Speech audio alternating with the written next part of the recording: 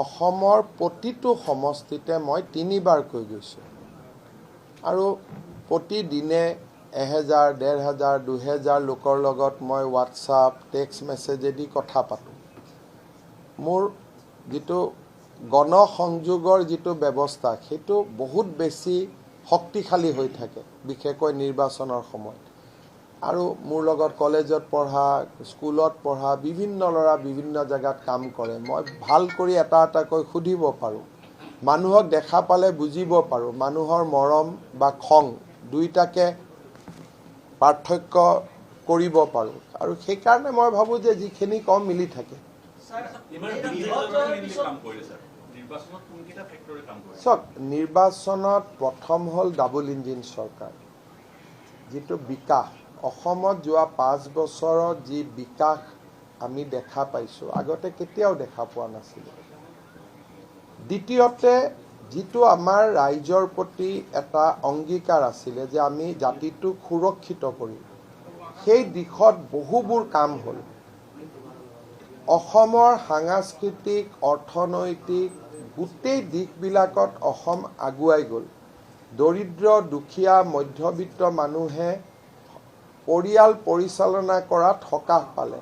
আৰু বাংলাদেশী মূলৰ মুছলমান লোকসকলৰ আগ্ৰাসনৰ বিৰুদ্ধে আমাৰ যি আনকম্প্ৰমাইজিং, নন কম্প্ৰমাইজিং ষ্টেণ্ড আছিলে, এই গোটেইবিলাকে এই নিৰ্বাচনত প্ৰভাৱিত কৰিছে।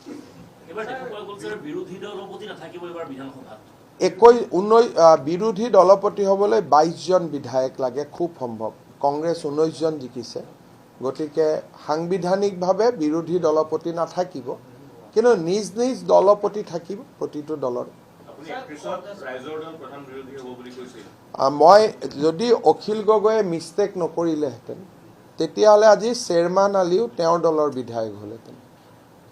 আজি যদি অখিল গগৈয়ে মিষ্টেক নকৰিলেহেঁতেন, তেতিয়াহ'লে এইবাৰ ইলেকশ্যনতে তেওঁ এই 19টা কংগ্ৰেছে পোৱা 19টা চিটৰ 4-5টা তেওঁই পালেহেঁতেন।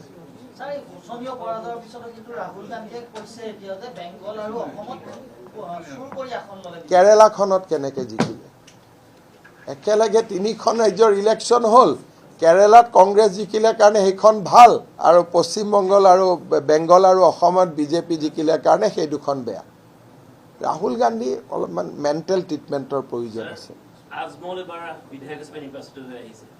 বহুত দিনৰ পৰা আছেই তেওঁ বিধায়ক, মাজে মাজে অন এণ্ড অফ হৈ থাকে। আগতেও তেওঁ বিধায়ক হৈছে।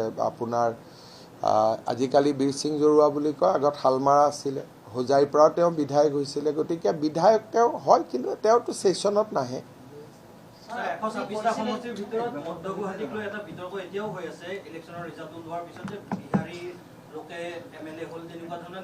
কোন বিহাৰী লোক মানে কোন? বিজয় গুপ্তাটো মই জেগাত না, অসমীয়া মানুহ। বিজয় গুপ্তা যদি বিহাৰী হ'ল, তেতিয়াহ'লে আমিবোৰোতো কেতিয়াবা কনৌজৰ পৰা আহিছিলোঁ ভাই। আকৌ অসমৰ বহুত মানুহ সীমান্তৰ সিপাৰৰ পৰা আহিছিল, মংগোলীয়সকল এটা জেগাৰ পৰা আহিছিল, আমাৰ আৰ্যসকল এটা জেগাৰ পৰা আহিছিল। তেনেকৈতো মানুহ আহে। তেতিয়াহ'লে জ্যোতিপ্ৰসাদ আগৰৱালাও আপোনালোকে মাৰোৱাৰী বুলিয়ে ক'ব লাগিব। এইবিলাকতো আপোনালোকে ক্ৰিয়েট কৰা বস্তু ন।